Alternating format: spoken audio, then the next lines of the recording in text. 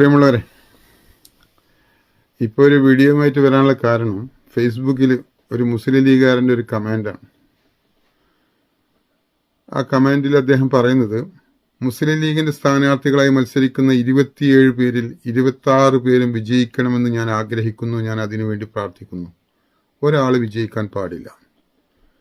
അദ്ദേഹം വിജയിക്കരുത് എന്ന് ആഗ്രഹിക്കുന്ന വ്യക്തി ഫാത്തിമ തഹ്ലിയാണ്. എന്തുകൊണ്ട് ഫാത്തിമ തഹ്ലിയെ പരാജയപ്പെടണമെന്ന് ആ ലീഗുകാരൻ പറയുന്നുണ്ട് കൃത്യമായിട്ട്. തികച്ചും മതേതര നിലപാട്, മതനിരപേക്ഷ നിലപാട് സ്വീകരിക്കുകയും ഏത് വിഷയത്തിലും കൃത്യമായ നിലപാട് പ്രകടിപ്പിക്കുകയും, സുപ്രീം കോടതി വിധി വന്നല്ലോ ബാബരി മസ്ജിദുമായി വിഷയം ബന്ധപ്പെട്ടുകൊണ്ട്, അതിനെക്കുറിച്ച് പോലും ചങ്കൂറ്റത്തോടെ അഭിപ്രായം പറഞ്ഞ എം സുരാജിനെ സംഘാവ് എന്ന് അഭിസംബോധന ചെയ്തത് എനിക്കൊരിക്കലും ഇഷ്ടപ്പെട്ടിട്ടില്ല എന്നാണ് അദ്ദേഹം പറയുന്നത്. നമുക്കറിയാം, നിലമ്പൂര് എം സുരാജ് മത്സരിച്ച് പരാജയപ്പെട്ടപ്പോൾ ഫാത്തിമ തഹ്ലി ഇട്ട ഫേസ്ബുക്ക് പോസ്റ്റിൽ എന്തായിരുന്നു? വാപ്പുട്ടിയാക്ക സംഘാവിന്റെ വായ പൂട്ടി എന്നാണ്. സംഘാവിനെ പരാജയപ്പെടുത്തി എന്നും കൂടിയല്ല, നിങ്ങൾ ശ്രദ്ധിക്കണം. വാപ്പുട്ടിയാക്ക സംഘാവിന്റെ വായ പൂട്ടി എന്നാണ്. അപ്പൊ എം സുരാജിന്റെ പ്രതികരണമാണ് ഈ ഫാത്തിമ തഹ്ലി എന്ന് പറയുന്ന വർഗീയവാദിക്ക് ഇഷ്ടപ്പെടാതെ പോയത്.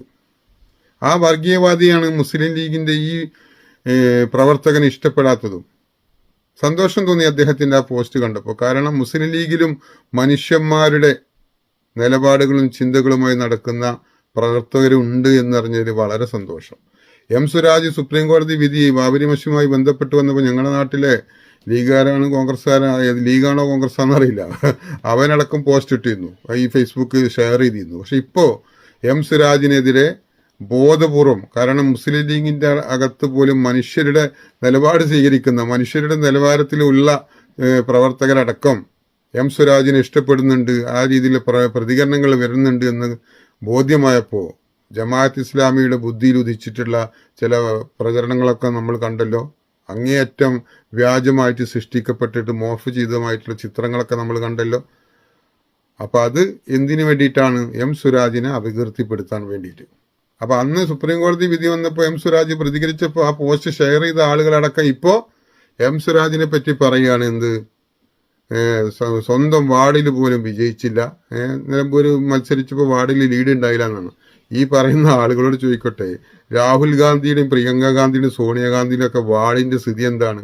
ഡൽഹിയിൽ ഒരു അസംബ്ലി സീറ്റിൽ കോൺഗ്രസ് ജയിച്ചിട്ട് വർഷങ്ങൾ എത്രയായി? ഒരു പാർലമെന്റ് സീറ്റ് ജയിച്ചിട്ട് വർഷങ്ങൾ എത്രയായി? എന്താണ് ഇവരൊക്കെ വാർഡിലെ അവസ്ഥ എന്ന് നിങ്ങൾ ചിന്തിച്ചിട്ടുണ്ടോ?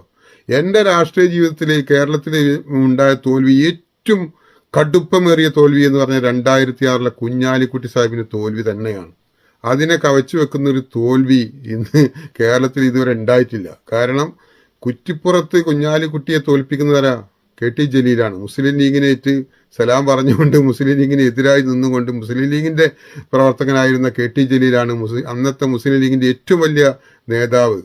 ആ നേതാവ് PK കുഞ്ഞാലിക്കുട്ടി എന്നാൽ കുറ്റിപ്പുറം മണ്ഡലത്തിൽ 60-65% ആളുകൾ അങ്ങനെ വോട്ട് ചെയ്യാനൊന്നും പോലും. എന്നാൽ തന്നെ 35,000-നും 40,000-ത്തിനൊക്കെ മുസ്ലിം ലീഗ് ജയിക്കുന്ന സീറ്റിൽ കുഞ്ഞാലിക്കുട്ടി കമന്നടിച്ച് വീണു KT ജലീലിന്റെ മുന്നിൽ. അതായിരുന്നു ഏറ്റവും വലിയ തോൽവി. ആ തോൽവിയുടെ കൂടെ തന്നെ നമ്മൾ കോറസ് പാടുക എന്ന് പറയുന്നത് പോലെ തന്നെ തൊട്ടപ്പുറത്ത് ഈട്ടി തിരൂര് അസംബ്ലി മണ്ഡലം ഉണ്ടായതിനു ശേഷം ഇടതുപക്ഷം ജയിച്ചിട്ടുണ്ടോ എന്ന് അറിയില്ല. ആ 2006 ഈട്ടിയും തൊട്ടടുത്ത് തിരൂരിൽ മത്സരിച്ചു, പരാജയപ്പെട്ടു. അരിവാൾ ചുറ്റിക നക്ഷത്രത്തിൽ മത്സരിച്ച അവിടുത്തെ ഏരിയ സെക്രട്ടറി സഖാവിനോടാണ് അന്ന് പരാജയപ്പെട്ടത് ഈട്ടി. തൊട്ടപ്പുറത്ത് മുനീർ, ആ മുനീർ മത്സരിച്ചിരുന്നത് മങ്കടയിലാണ്, അവിടെയും ലീഗ് പരാജയപ്പെട്ടു. ഈ 3 നേതാക്കളാണ് മുസ്ലിം ലീഗിന്റെ ഏറ്റവും കടുപ്പമേറിയ നേതാക്കൾ. ആ 3ഉം പൊട്ടി, മനസ്സിലായി. അതേപോലെ തോൽവി ഉണ്ടായിട്ടില്ല. പിന്നെ പെരിന്തൽമണ്ണയും മഞ്ചേശ്വരൊക്കെ മുസ്ലിം ലീഗ് തോറ്റി, അതൊക്കെ പോട്ടെ. പക്ഷേ ലീഗിന്റെ തലയെടുപ്പുള്ള 3 ആളുകളാണ്. ഒന്ന് കുഞ്ഞാലിക്കുട്ടിയും, ഒന്ന് ET മുഹമ്മദ് ബഷീറും, മുനീറും.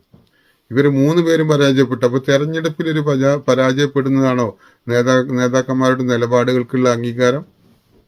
തെരഞ്ഞെടുപ്പിൽ അവിടുത്തെ രാഷ്ട്രീയ പാർട്ടിക്കും മുന്നണിക്കും ഭൂരിപക്ഷം ഉള്ളിടത്ത് വിജയിക്കും, പരാജയപ്പെടും. അതിൽ വലിയ കാര്യമൊന്നുമില്ല. അപ്പൊ ഞാൻ പറഞ്ഞത്, രാഹുൽ ഗാന്ധിയുടെ ഒക്കെ ഡൽഹിയിൽ അവരുടെ ബൂത്തിലൊക്കെ എന്താവും സ്ഥിതി?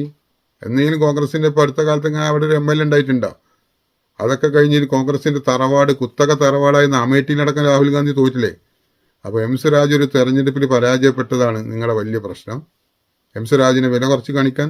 എം സ്വരാജ് 25 കൊല്ലമായിട്ട് കോൺഗ്രസ് ജയിച്ചിരുന്ന തൃപ്പൂണിത്തറയിൽ പോയി നിന്നിട്ടാണ് ആദ്യത്തെ തെരഞ്ഞെടുപ്പ് ജയിച്ചത്. രണ്ടാമത് അവിടെ BJP മൊത്തം വോട്ട് വാങ്ങി. അന്ന് അവിടെ പറഞ്ഞ എന്താ, ഹിന്ദു വിരോധിയാണ്, ശബരിമല വിരോധിയാണെന്നൊക്കെ അന്ന് സ്വരാജിനെ പറ്റി പറഞ്ഞിരുന്നു. ആ സ്വരാജിനെയാണ് ഇപ്പം നിങ്ങൾ RSSകാരൻ്റെ കൂടെ കൂടി അവരെ കൂടെ ചർച്ച നടത്തി എന്നൊക്കെ പറഞ്ഞിട്ട് വ്യാജമായിട്ടുള്ള കാര്യങ്ങൾ കൊണ്ടുവരുന്നത്. നിങ്ങൾ ഒറ്റ ഉദ്ദേശമാണ്, നിങ്ങൾ ഈ ഇടതുപക്ഷത്തിൻ്റെ ജനസ്വാധീനമുള്ള ജനങ്ങൾ അംഗീകരിക്കുന്ന നേതാക്കന്മാരെ അപകീർത്തിപ്പെടുത്താൻ വേണ്ടി നിങ്ങൾ വ്യാജ വാർത്തകൾ ഉണ്ടാക്കുക.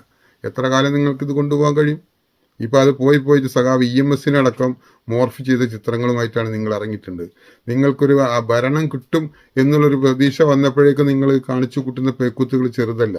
ഇത് ആസ്വദിക്കുകയും ഇതിന് പിന്തുണ കൊടുക്കുന്ന ആളുകളോട് പറയാണ്, ഇതൊന്നും നല്ലതല്ല കേരളത്തിന് എന്ന് നിങ്ങൾക്ക് വരും ദിവസങ്ങളിൽ മനസ്സിലാവും.